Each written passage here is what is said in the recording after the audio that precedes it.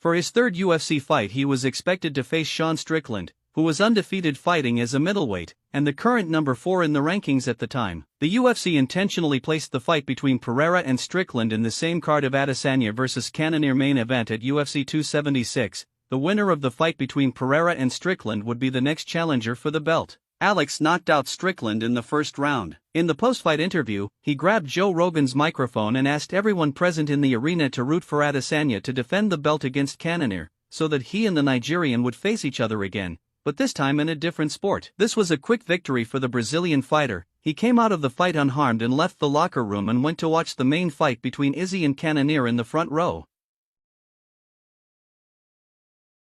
In the main event, Adesanya dominated Cannonier and defended his middleweight belt for the 5th consecutive time. As he had already defeated almost everyone in the top 5 in the rankings, only Pereira was left with an unprecedented challenge to Izzy in the UFC. Later, Dana White announced that Israel Adesanya would try to defend his belt for the 6th time against his bogeyman, Alex Poatan, at UFC 281 on November 12, 2022. At the press conference leading up to the fight, Izzy highlighted that Alex only got to where he was because of him. Israel said that he had a more difficult and impressive path to the belt, while the Brazilian fighter had already got his title shot with just 3 fights in the UFC.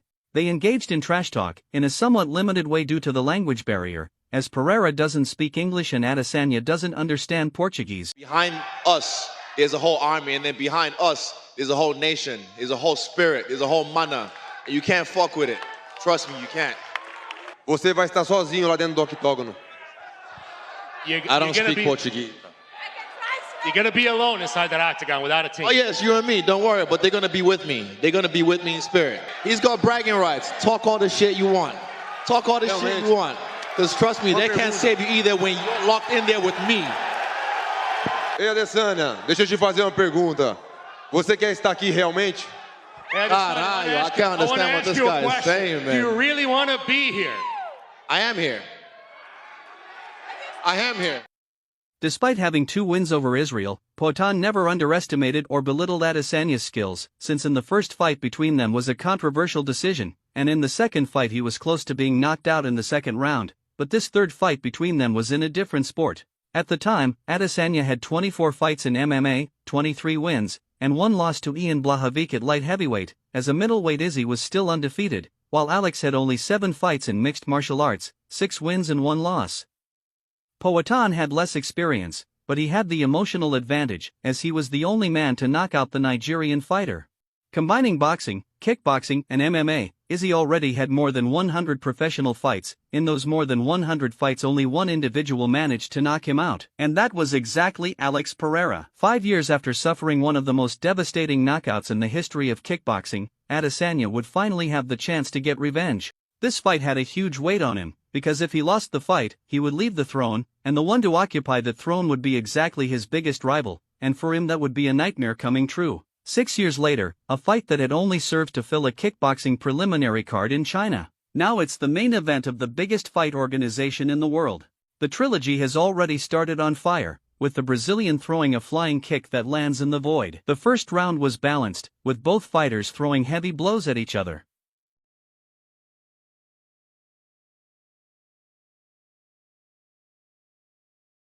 In the final seconds of the first round, Izzy came very close to knocking out Poatan, but the Brazilian was saved by the bell.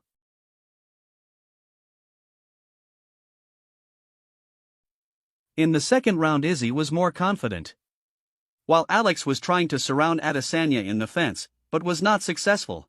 In this round, Poatan connected the best blows and even converted a takedown.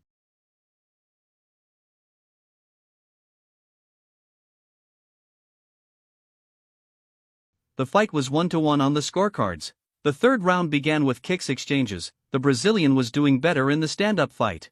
But for the first time in his UFC career, Adesanya landed a takedown, or he dominated the Brazilian on the ground with strong ground and pound strikes. The champion won the third round.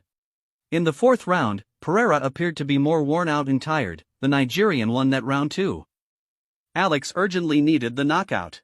That's when former light heavyweight champion Glover Teixeira gave the following speech to Pereira. 5 minutos pra você ser campeão mundial, Poatan. 5 minutos, Poatan. Tem que chegar. Tem que chegar, tem que pegar. Tem que nocautear, ele é o campeão. Tem que nocautear, vambora. É o último, vai ser campeão do mundo, vai ser campeão do mundo. Vambora. Busca lá dentro, busca lá dentro. His signature left hook, the same blow that led to Izzy being knocked out 5 years earlier, connected. Izzy was in trouble. He loses balance and the Brazilian doesn't stop going forward. Adesanya can no longer defend himself and the referee steps in to stop the fight, making his nightmare coming true, losing for his bogeyman for the third time in a different sport.